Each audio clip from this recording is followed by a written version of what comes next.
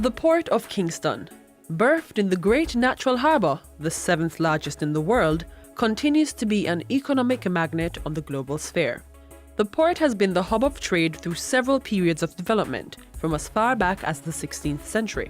Trading is the way to go for a small island state, and this is something that will take advantage of our geographical location. We happen to be blessed with a position that puts us in the right path, although we sometimes forget that. But the pirates taught us that hundreds of years ago. This was the base. Another renaissance is about to unfold in today's modern era of shipping and logistics, which is expected to make this port a critical axis for Jamaica's push towards sustainable economic growth. We sit in the middle, geographic middle, of 800 million market. And that 800 million market is not only just 800 million population, it's the largest market in the world. North America, comprising the United States and Canada, is the single largest market in the world, and will remain so for a long time.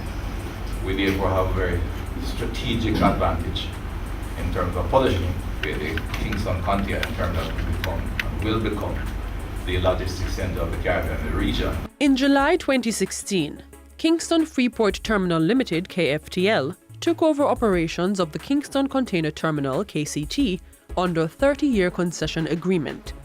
Kingston Freeport Terminal Limited is the local subsidiary of the French shipping company CMA-CGM. The concession agreement gives KFTL the right to finance, expand, operate, and maintain the KCT for the duration of the contract. The divestment is already sparking significant investment in ports development. It confirms clearly that to divest to the private sector on the required conditions, economic activity that is done better by the private sector is the right role we're taking, and we have to pursue it aggressively in all areas. Since CMA-CGM took over the port and began development activities, the container handling capacity has been increasing from 1.3 million 20-foot equivalent units, TEUs. And with expected new equipment for the expansion, the terminal capacity should soon reach over 3 million TEUs per year from the first phase of capital works.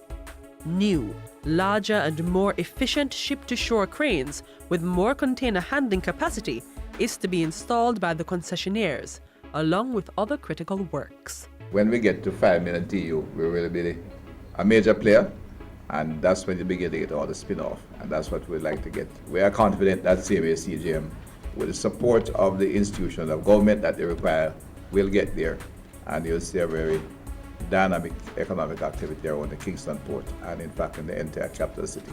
According to the Chief Executive Officer of KFTL, Olivier Cretou, part of the overall terminal upgrade involves the build-out of a new information technology infrastructure supported by fiber optic cable.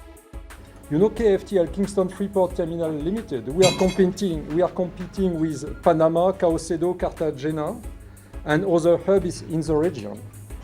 And our target is nothing but being the number one. The CEO has expressed his appreciation for the staff, which he says will be increased over time. I keep repeating how proud I am to being the CEO of such an amazing team.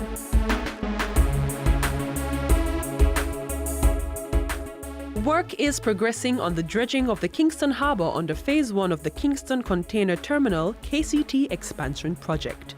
The expansion is to be completed by December 2018 and is being done at a cost of $150 million. It involves deepening the entry channel to the Kingston Harbour and reinforcing the quay walls at Port Bustamante to withstand the greater forces imposed by bigger ships. This is to allow access by the new Super Panamax vessels which are passing through the region from the Pacific Ocean, following the recent expansion of the Panama Canal. So what we do 24 hours a day, 7 days a week, is do trips in between our dredge area and our dump area.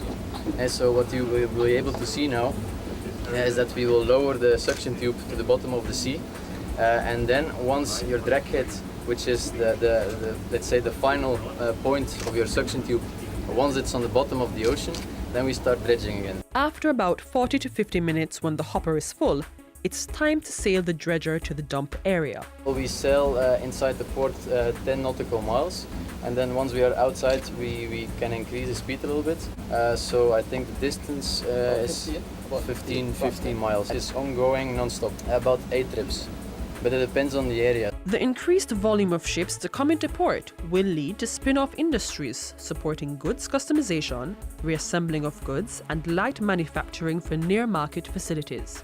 The responsibility of the Ministry of Economic Growth and Job Creation is to, through the Port Authority, is work closely with the concessionaire to ensure that all the other agents of government that impact on the activity will be aligned to ensure the project develops smoothly and efficiently and in time and money. The Port of Kingston, developing as an axis for economic growth.